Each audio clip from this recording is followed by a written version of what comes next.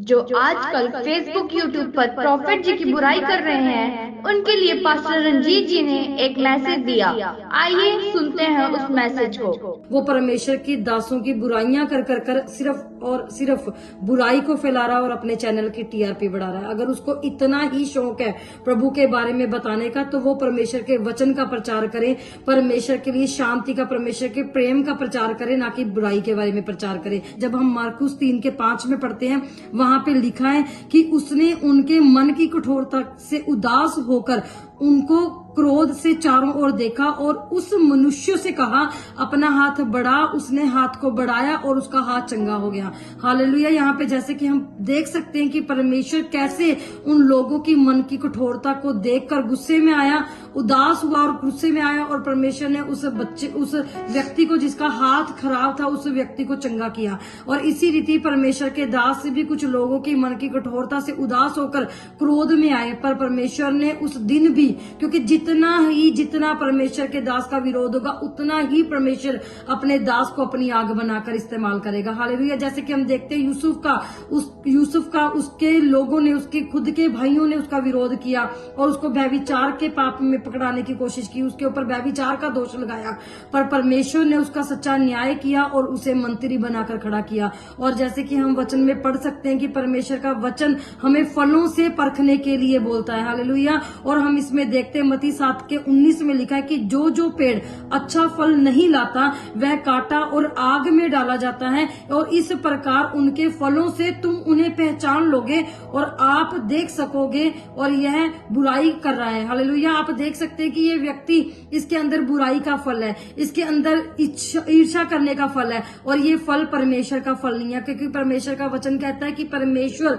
भूसे को गेहूं से अलग कर देता है, और वो जो भूसा अलग हो जाता है गेहूं से, तो वो आग में झोंका जाता है। और जो पेड़ अच्छा फल नहीं लाता, उस पेड़ को भी परमेश्वर आग में झोंक देगा। और ये व्यक्ति, ये भाई सिर्फ और सिर्फ बुराई को ही, ये बुराई का रचता, और इसके मुख से केवल बुराई की बात है। और ये जो मुख से बातें निकल रही हैं, ये अपने पेट के लिए कर रहा है या कोई टीआरपी के लिए कर रहा है, क्योंकि इसमें कहीं भी परमेश्वर की कोई भी महिमा नहीं है। हालेलुया। और जैसे हम जब पौलुस के चैप्टर से पढ़ते हैं, 1 कुरिन्थियों 9:20 में पढ़ते हैं, यहाँ पे पौलुस प्रेरित बोल रहा है कि मैं यहूदियों के लिए यहूदी बना ताकि यहूदियों को खींच लाऊं, और खतनाहीनों के लिए मैं उनसा बना, खतनाहीनों के जैसा बना ताकि मैं खतनाहीनों को खींच लाऊं, और मैं निर्बलों के लिए निर्बल बना ताकि निर्बलों को खींच लूं, और मैं सब मनुष्यों से के लिए सब कुछ बना कि किसी ना किसी रीति से एक ना एक का उद्धार कर पाऊं। हालेलुया।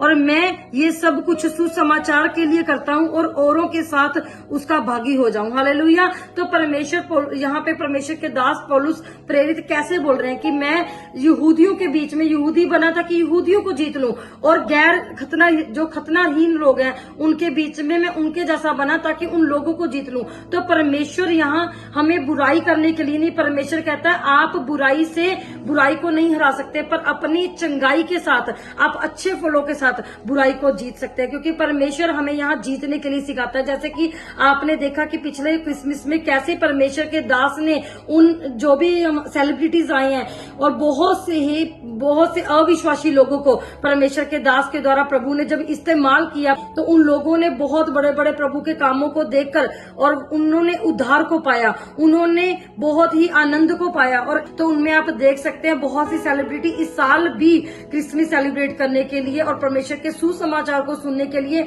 और प्रभु के दास से प्रार्थना करवाने के लिए चर्च में आ रहे हैं, कि परमेश्वर का वचन कहीं भी बुराई के सुसमाचार को, निंदा के सुसमाचार को फैलाने के लिए नहीं बोलता। परमेश्वर का जो वचन है वो प्रेम को फैलाने के लिए, शांति आनंद को फैलाने के लिए बोलता है। अगर आपको किसी भी दास के लिए आपको बोझ हो रहा है कि परमेश्वर दिखा रहा है कि ये कहीं ना कहीं वचन पे नहीं है, तो आप प्रार्थना कर सकते हैं, ना कि आप बुराई कर सकते हो या आप न्याय कर सकते हो, क्योंकि न्याय के लिए न्याय होना परमेश्वर ने आपको ठहराया नहीं है किसी के लिए न्याय।